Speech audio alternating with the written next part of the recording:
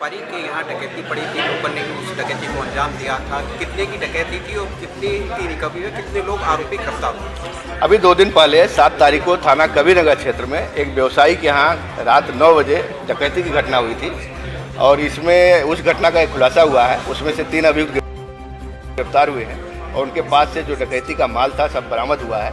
ये बड़ी घटना थी और एक स्टील कारोबारी हैं, उनके यहाँ एक नौकर जो चंदन था, उनका खुद का जो नौकर अपने 2 साथियों के साथ मिलकर इस घटना को अंजाम दिया था।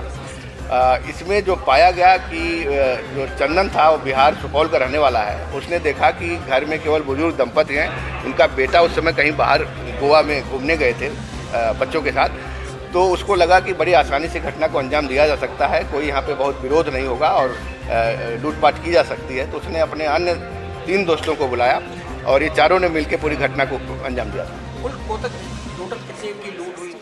उस समय इन्होंने जो अंदाज लगाया था कि इनका करीब 20 से 25 लाख का कैश गया होगा, कुछ नई गट्टियाँ थी, कुछ नए नोटें भी थी, इतना आदमी को नहीं पता रहता है। इसके अलावा 70-80 लाख का इन्होंने ज्वेलरी बताया था और उसको FIR भी उतनी की लिखवाई थी। अगर आप देखा जाए तो इनके हिस्से का करीब 50 लाख की ज्वेलरी जो गोल्ड और डायमंड्स वगैरह की बरामद हुई है, करीब 10.5 लाख रुपये कैश बरामद हुआ है। एक अभियुक्त जो चौथा भी फरार है, उसकी गिरफ्तारी के बाद अन्य जो माल है वो भी बरामद हुआ। पुलिस अब तक के पास कैसे पहुंची? पुलिस का जो मेन था कि जो घर का चौकीदार था उसने चूँकि जो वो बता दिया कि चंदन के साथ ये सब आए थे, चंदन जो नौकर था।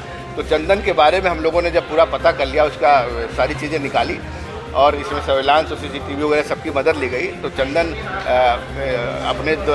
और उसके साथियों के नाम आए और बड़ी तत्परता से फिर हम लोगों ने उनकी गिरफ्तारी शुरू की। चंदन ने लूट की मुख्य वजह क्या बताई? लूट की मुख्य वजह लालच था। उसने उनको देखा था कहाँ पैसा रखा रहता है, कहाँ ज्वेलरी रखी रहती है। उसको लगा कि बड़ी आसानी से ये घटना कारित की जा सकती है, तो उसने अपने दोस्तों की मदद से सर, एक आखिरी सवाल की, जिस प्रकार से पुलिस भी लगातार इन लोगों को अवेयरनेस कर देती है कि जितने भी नौकर रखें या कोई भी किराएदार रखें, उनका पुलिस वेरिफिकेशन कराए, कहीं ना कहीं इसमें ये चूक करते हैं व्यापारी लोग, किस प्रकार से ये घटना को अंजाम? ये बिल्कुल मैं सभी को बता रहा हूँ, हम लोग हमेशा बताते रहते हैं कि जब भी कोई किराएदार रखें, कोई नौकर रखें, उसका ज़रूर वेरिफिकेशन करें। कम से कम उसका आधार कार्ड ले लें, उसका पूरा खुद भी वेरिफिकेशन करें और पुलिस से भी वेरिफिकेशन कराएं, उसके बाद ही रखें, क्योंकि अभी ये घटना इसी तरह का सबब देती है। ठीक है।